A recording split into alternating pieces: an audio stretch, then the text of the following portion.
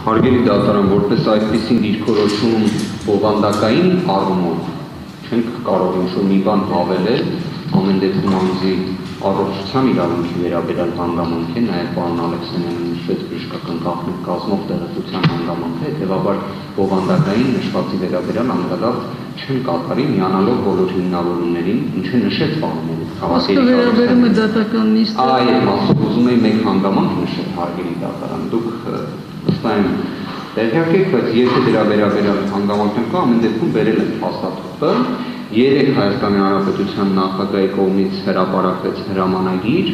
ազգային ժողովի արտահերթ ընտրություն նշանակելու մասին, որը կայանալու է 2021 թվականի հունիսի 20-ին։ Մայրակի հարց կառաջանա ձեզ մոտ, ինչքանով է առնչությունը դրա դատական նիստ նշանակելու հարցին։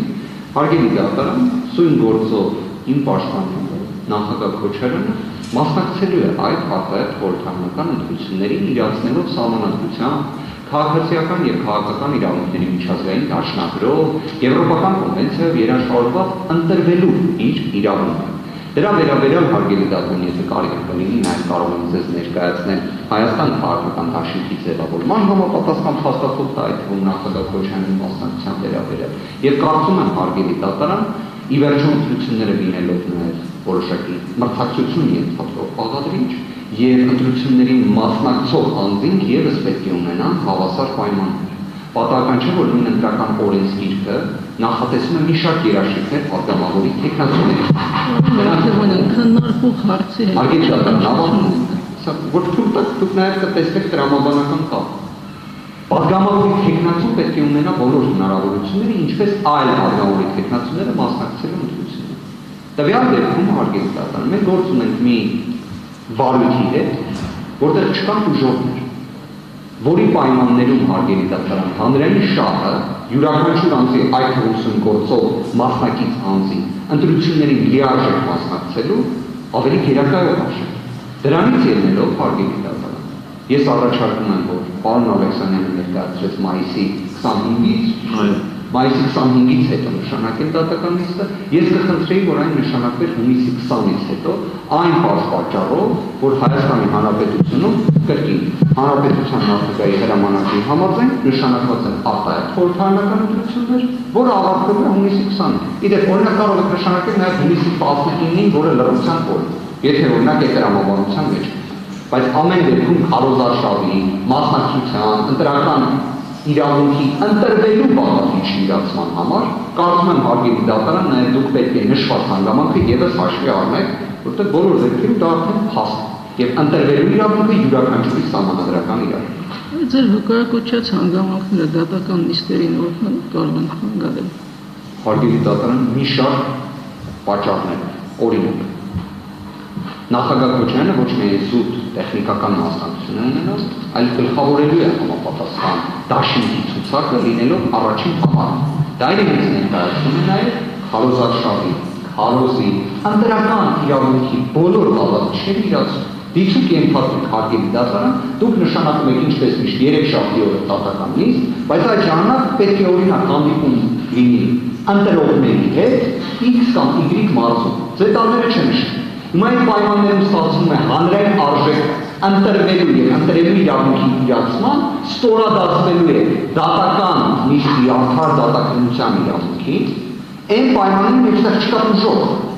Այսինքն հանրային գերակայող արժեք որպես այդպիսին հարգելի դատարան հատուկ մինչև հունիսի 20-ը նիստ նշանակելու եւ դրանով կարելի ասել ուղղակիորեն խոչընդոտ ստեղծել, որտեղ դիցուկ նայեն հարգելի դատարան ներկայումս դեռևս համասարանի կարգավիճակով վարչապետի պաշտոնը զբաղեցնող անձը եւս հայտարարել է, որ մասնակցելու է ընտրություններին։ Հիմա նույն 3 շաբթի օրը ստացվում է առավելություն ունենա։ Ինչի համար։ Օրինակ ինչով ինքը այդ առավելությունը ունենա։ Ասում են ամեն դեպքում ընտրվելու իրավունքը նաև հավասար արժեք է ենթադրում մրցակցության տեսանկյունից։ Եվ սա իդեպ երաշխավորված է նաև ընտրական օրենսգրքով։ Նույնիսկ ընտրական օրենսգիրքը ասում է, որ քրեական հետախնդրման հանգամանքը որևէ կերպ պետք է չհասնի ընտրական գործընթացի վրա։ Սրա վերաբերյալ եվրոպական դատարանի նախադեպեր կա բավականին կայուն եւ հստակ, որ նույնիսկ պատիժ կրող անձինք պետք է կարողանան մասնակցել։ Իսկ այս դեպքում մենք խոսում ենք անմեղության կանխավարկածի առհասարակ չհասարման ռեժիմում,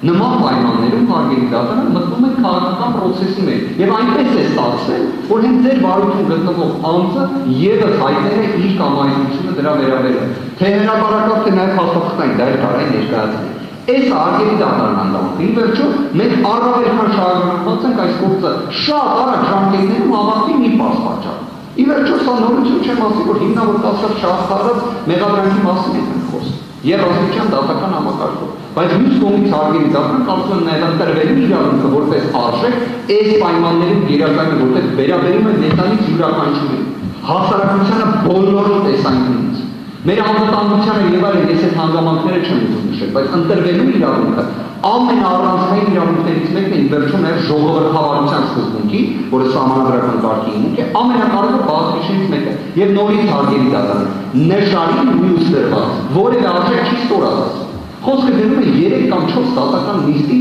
մասին։ Ի վերջո մենք ունեցել ենք դեպքեր արգելի դատարանի երբ օբյեկտիվ պատճառներով